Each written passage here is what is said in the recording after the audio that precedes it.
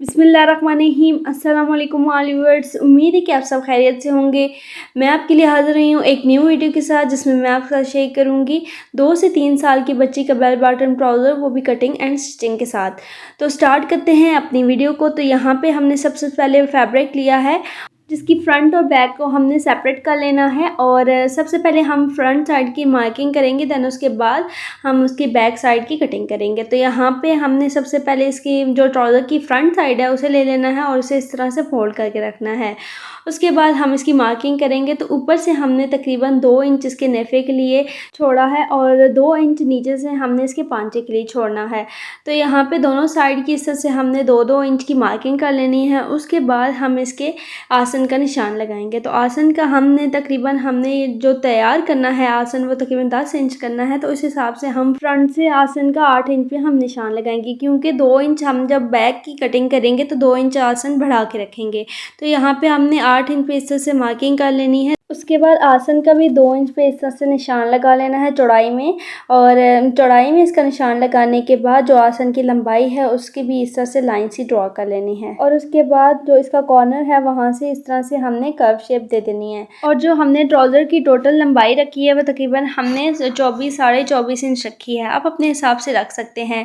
ये जो ट्राउज़र मैं आपके साथ जो शेयर कर रही हूँ वो तकरीबन 3 से 4 साल की बच्ची का है। तो उस हिसाब से जो हमने ऊपर से नीचे से जो घुटनों तक का निशान लगाना है वो हम 15 इंच पे लगाएंगे। तो 15 इंच पे आपने इस तरह से मार्किंग करके और चौड़ाई में इस तरह से लाइन सी ड्रॉ कर लेनी है। तो यहाँ पे हमने जो इसकी घुटनों का निशान लगाया है वो हमने 15 इंच पे लगाया है। तो आप अपने हिसाब से मेजरमेंट करेंगे। तो यहाँ पे हमारा 15 इंच पे निशान लग चुका है ऊपर से नीचे तक। और यहाँ पे हमने जो इस ट्राउज़र की टोटल चौड़ाई ली है वो तकरीबन फोल्ड करके हमारी 11.5 इंच बनती है। तो 11 इंच का हाफ 5.5 इंच बनता है। तो ऊपर से लेके नीचे तक जो हमने घुटनों का निशान लगाया था वहीं से हम इसका सेंटर करेंगे। तो सेंटर 5.5 इंच पे बनता है। तो 5.5 इंच पे हम इसकी मार्किंग कर लेंगे। उसके बाद हम घुटने की चौड़ाई का निशान लगाएंगे। तो चौड़ाई हमने तकरीबन 3.5 इंच रखी है। तो एक साइड से भी आप 3.5 इंच पे निशान लगाएंगे। सेम इसी तरीके से दूसरी साइड पे भी हम 3.5 इंच पे मार्किंग करेंगे। फिर हम नीचे से जो ट्राउज़र का बॉटम है वहाँ पे हम जो निशान लगाएंगे वो तकरीबन 4.5 इंच पे लगाएंगे। तो एक साइड पे भी आपने इसी तरह 4.5 इंच पे निशान लगाना है। सेम इसी तरीके से हम दूसरी साइड पे भी 4.5 इंच पे निशान लगाएंगे। फिर इन सारे निशानों को हम इस तरह से आपस में जॉइन कर लेंगे, ऊपर से लेके नीचे तक। और नीचे जो हमने घुटनों का निशान लगाया है उसे हम इस तरह से आसन के साथ इस तरह जॉइन कर लेंगे। सेम इसी तरीके से दोनों साइड से आपने इन सारे निशानों को आपस में जॉइन कर लेना है। और उसके बाद जहाँ जहाँ पे हमने मार्किंग की है वहीं पे आपने इस तरह से कटिंग कर लेनी है। और कटिंग हम एक साइड की करेंगे, दूसरी साइड की नहीं करेंगे। जो आसन वाली साइड है हमारी वहाँ से हम इस तरह से कटिंग करेंगे, अभी दूसरी साइड की नहीं करनी। दूसरी साइड के हम तब करेंगे जब हम इसकी बैक साइड को कट करेंगे। तो यहाँ पे हमारी जो फ्रंट साइड की कटिंग है वो कंप्लीट हो चुकी है। फिर हमने जो बैक साइड इसकी लेनी है वो ऊपर से भी तकरीबन 2 इंच हमने बढ़ा के फैब्रिक को रखना है और साइड से भी हम 2 इंच बढ़ा के रखेंगे। तो इस तरह से हमने दोनों साइड को 2-2 इंच बढ़ा के रखना है। उसके बाद जो हमने ऊपर से तकरीबन 2 इंच बढ़ा के रखा है फैब्रिक को, वहाँ से हम मार्किंग करेंगे। तो यहाँ पे हमारी जो फ्रंट साइड के ट्राउज़र की जो चौड़ाई बन रही है वो तकरीबन 10 इंच बन रही है। तो सबसे पहले हम नीचे से जो बैक साइड है इसकी, वहाँ से हम इसकी चौड़ाई की पहले मार्किंग करेंगे। तो 10 इंच पे हम इसे मार्क करेंगे और उसके बाद आसन वाली साइड से 2 इंच बढ़ा के रखेंगे। आपकी मर्ज़ी है 2 इंच बढ़ा के रखें या 1.5 इंच।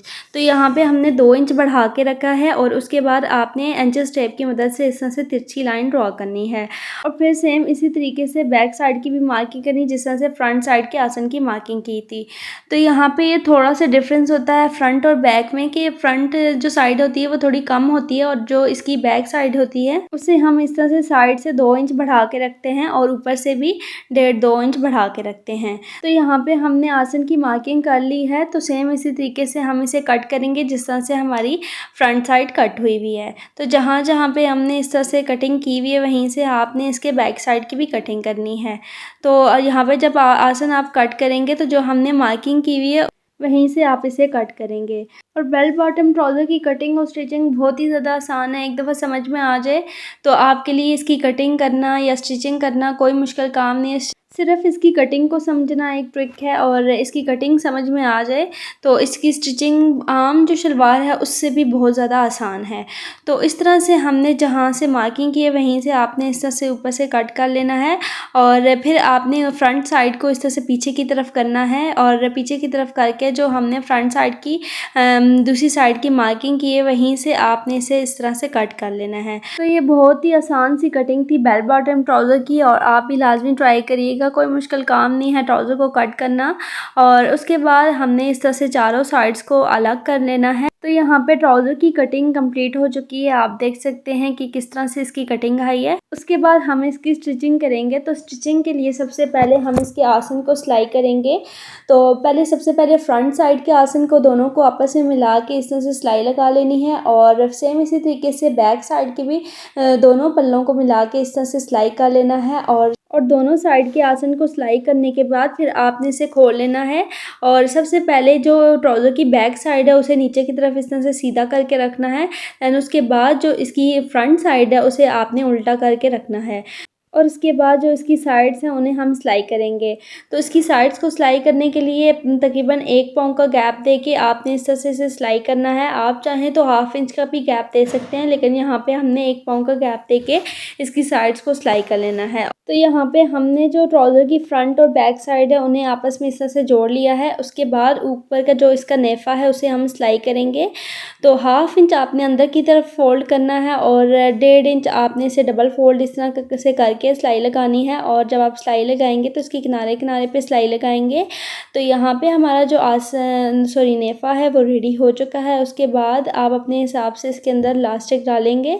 तो यहाँ पे हमने इलास्टिक ले लिया है जो हम इसके अंदर इस तरह से स्टिच करेंगे। सबसे पहले हमने किसी भी चीज़ की मदद से इलास्टिक को इसके अंदर डालना है। दैन उसके बाद इस इलास्टिक को खींच के और इसके ऊपर इस तरह से सिंगल सिलाई लगा देनी है और उसके बाद फिर जो ट्राउज़र का बॉटम है उसे हम इस तरह से 2 इंच अंदर की तरफ फ़ोल्ड करेंगे और फ़ोल्ड करने के बाद उसके ऊपर आपने अच्छे तरीके से प्रेस लगानी है और प्रेस लगाने के बाद फिर आपने इस तरह से इसके किनारे किनारे पे सिलाई लगानी है। तो यहाँ पे हमारा ऊपर का नेफ़ा भी तैयार हो चुका है और नीचे का जो इसका बॉटम है पांचा है वो भी तैयार हो चुका है और उसके बाद फिर हम इसकी फ़िटिंग की सिलाई लगाएंगे और फ़िटिंग की सिलाई लगाने के लिए भी हमने जो साइड से इसका मार्जिन रखा है वो भी तकरीबन ½ इंच का हमने मार्जिन छोड़ के इसकी फ़िटिंग की सिलाई लगाई है। तो आप देख सकते हैं कि इसको सिलाई करना कितना ही ज़्यादा आसान है, बेहद आसान है इसको सिलाई करना। सिर्फ़ इसकी जो कटिंग है वो ज़रा सी मुश्किल होती है लेकिन वो भी अगर समझ में आ जाए तो इसकी कटिंग भी करना कोई मुश्किल काम नहीं है। अगर आप चाहें तो इसके ऊपर कोई डिज़ाइनिंग भी कर सकते हैं। यहाँ पे हमने इसे सिंपल ही से सिलाई किया है और ज़्यादातर ये सिंपल ही प्यारा लगता है। तो आप चाहें तो इसके ऊपर कोई लेसेस वगैरह यूज़ करके या कोई भी डिज़ाइनिंग कर सकते हैं। सो व्यूअर्स ये थी आज की हमारी वीडियो। मैं उम्मीद करती हूँ कि मेरी आज की वीडियो आपको अच्छी लगी होगी। अल्लाह हाफ़िज़। Thank you for all viewers.